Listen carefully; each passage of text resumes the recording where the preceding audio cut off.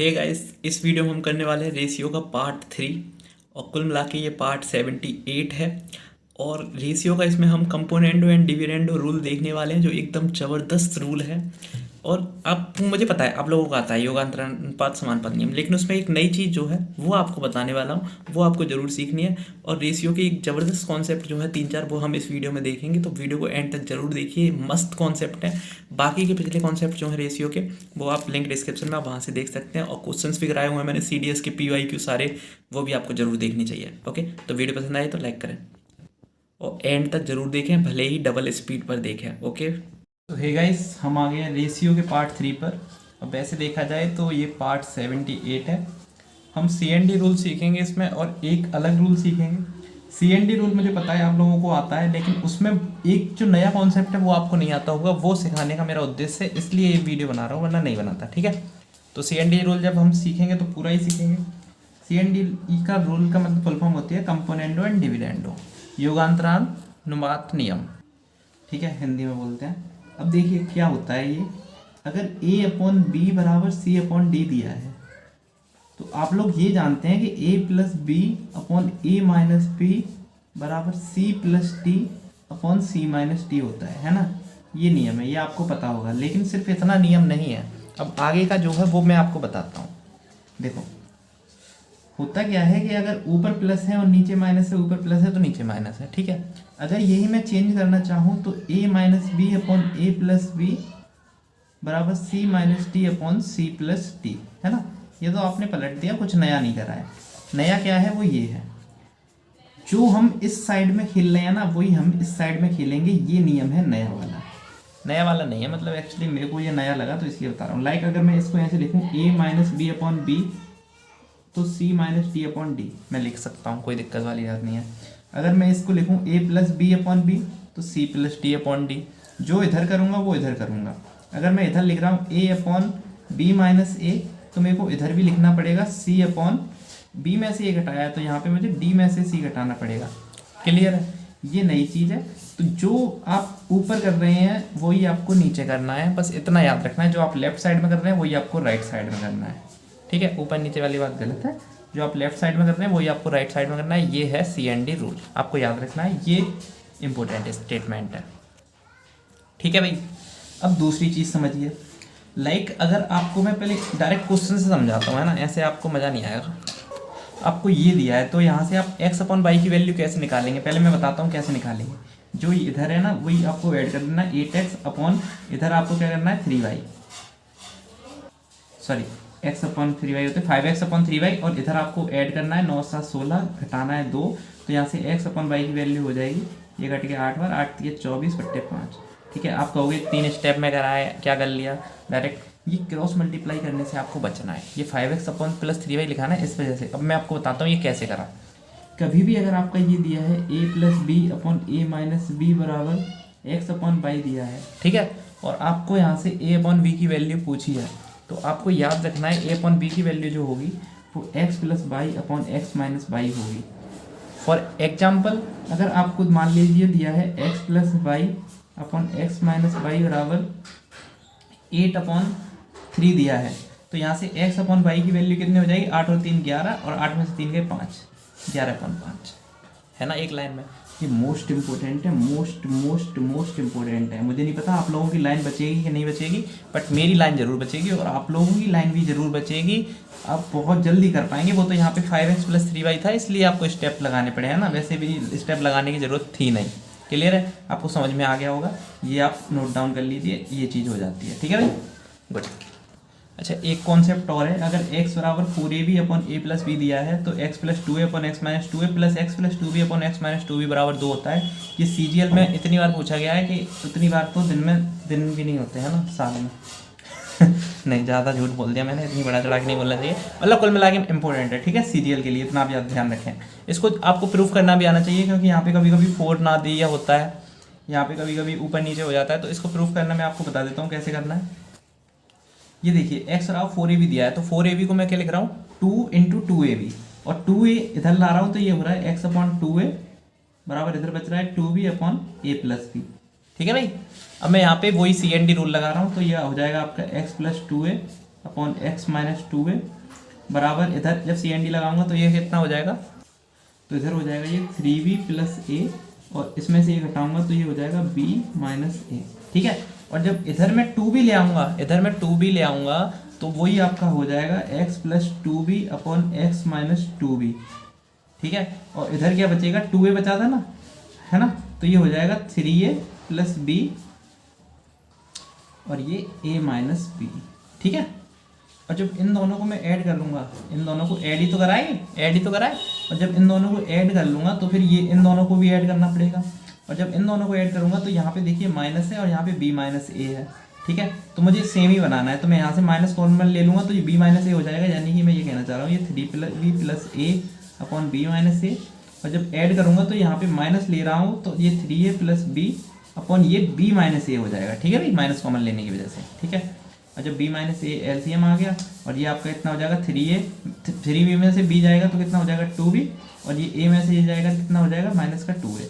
आपको 2 कॉमन लेना है, b माइनस a से b माइनस a कट जाएगा तो फिर वो आपका 1 आ जाएगा, तो 2 × 1 2 आ जाएगा। ठीक है भाई, तो ये मैंने आपको समझा दिया है कि इसका प्रूफ कैसे कर सकते हैं। मैंने फिर 1 प्लस ये 1 ले लो, ये 2 ले लो, मैंने 1 प्लस 2 कर दिया है।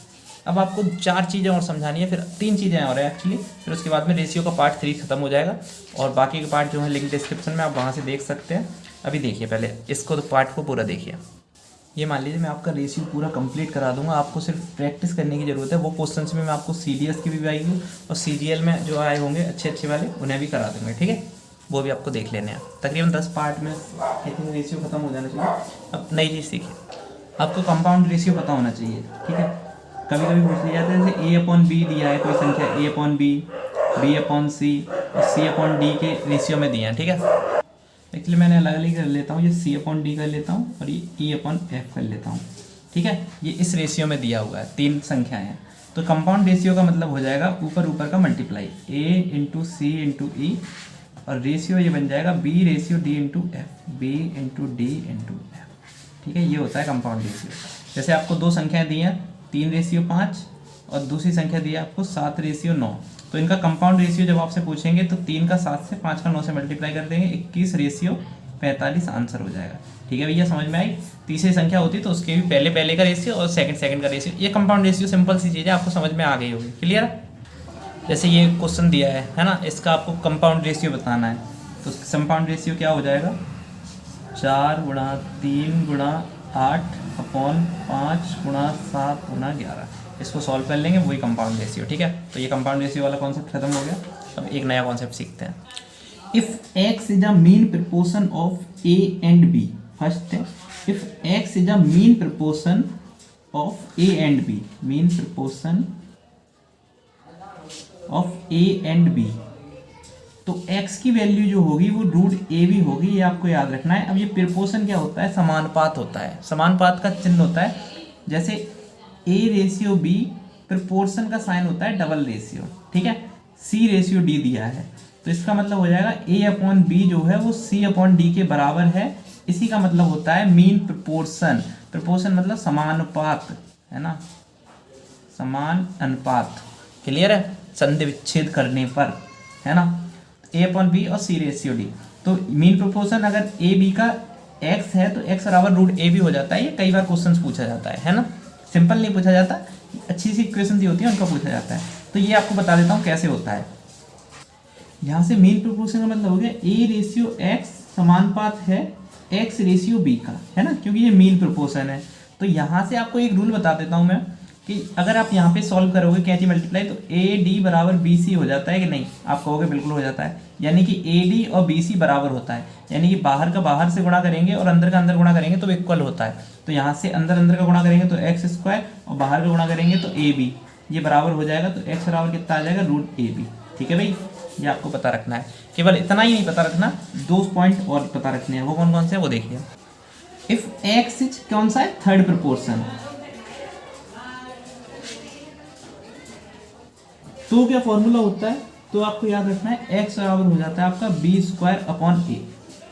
ठीक है, और अगर x जो है फोर्थ प्रपोर्शन है तो आपको याद रखना है x बराबर हो जाता है आपका b into C upon a। ठीक है, ये दोनों भी मैं आपको अभी प्रूफ कर देता हूँ 1 सेकेंड में। कैसे, अगर ये थर्ड प्रपोर्शन है तो पहले दूसरे तो कौन से होंगे, ए बी और बी रेशियो एक्स। तो यहाँ से आपका क्या आ जाएगा, ए एक्स बराबर बी स्क्वायर, ए एक्स बराबर बी स्क्वायर हो जाएगा ना, ए एक्स बराबर बी स्क्वायर, तो एक्स बराबर क्या आ जाएगा, बी स्क्वायर अपॉन ए। क्लियर है। और यहाँ पे फोर्थ प्रपोर्शन का मतलब हो गया ए रेशियो बी और ये हो जाएगा सी रेशियो एक्स, एक्स है ना फोर्थ प्रपोर्शन, तो एक्स फिर फोर्थ प्रपोर्शन होगा ए बी सी का। क्लियर है भाई।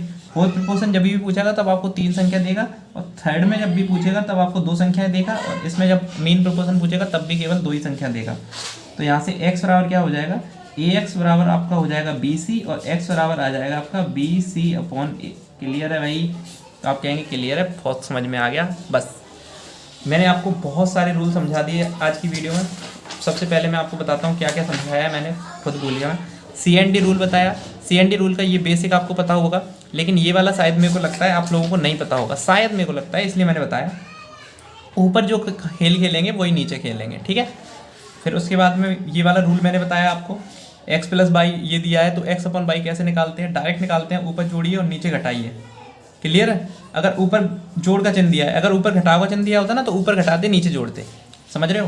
कहने का तात्पर्य ये है, अगर आपको ऐसे दिया होता है x minus by upon x plus by बराबर 7/3, तो यहाँ ऊपर अगर आपको x अपन बाई पूछा होता तो ऊपर क्या है, घटाव का चिन्ह है, तो ऊपर आप घटा देंगे 7 में से 3 के 4 और नीचे ऐड करना है, तो 4 7 और 3 10, तो 2 रेशियो 5 आ जाता। क्लियर है। x अपन बाई ये भी आप अपने दिमाग में बिठा के रखेंगे। तो मैंने ये बताया, फिर दूसरा पॉइंट ये बताया, और फिर एक रूल बताया ये एक्स बराबर 4ab upon x plus 2a upon x minus 2a ये दिया है तो क्या होता है, 2 वैल्यू होती है इसकी, ये आपको याद रखना है। ये कैसे निकालते हैं वो भी मैंने बताया, वो मैंने इसलिए समझाया आपको कि 2 इधर भेज देते हैं तब आ जाता है। अगर यहाँ पे 4 नहीं दिया है और फिर ऐसी कुछ वैल्यू पूछी है तब आंसर अलग आएगा। ठीक है भाई। तो फिर मैंने वो समझाया आपको। कंपाउंड रेशियो बताया, तो कंपाउंड रेशियो बताया ऊपर ऊपर का मल्टीप्लाई हो जाता है, नीचे नीचे का मल्टीप्लाई हो जाता है, कंपाउंड रेशियो हो गया। अगर x मीन प्रपोर्शन है तो आपको 2 संख्या देगा ए बी, तो x बराबर हो जाता है root A B. Third proportion दिया है, पूछा है ए बी का, तो x बराबर हो जाता है बी स्क्वायर अपॉन ए, डायरेक्ट याद रख लेंगे।